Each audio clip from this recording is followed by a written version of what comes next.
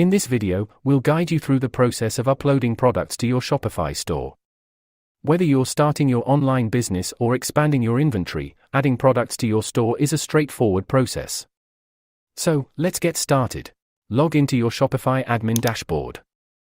Once you're in, navigate to the Products tab on the left-hand side of the screen. In the Products section, click on the Add Product button to begin creating a new product. Now, it's time to fill in the details for your product. Enter a clear and descriptive title for your product. Write a compelling and informative description of your product. Upload high-quality images that showcase your product from different angles. Set the price for your product. If applicable, enter the quantity of the product you have in stock. If your product comes in different variants like sizes or colors, you can add them here. If you've created collections on your store, you can assign the product to relevant collections to improve organization and navigation. Once you've entered all the necessary information, click the Save button to save the product as a draft.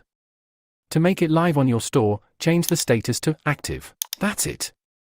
You've successfully learned how to upload products to your Shopify store.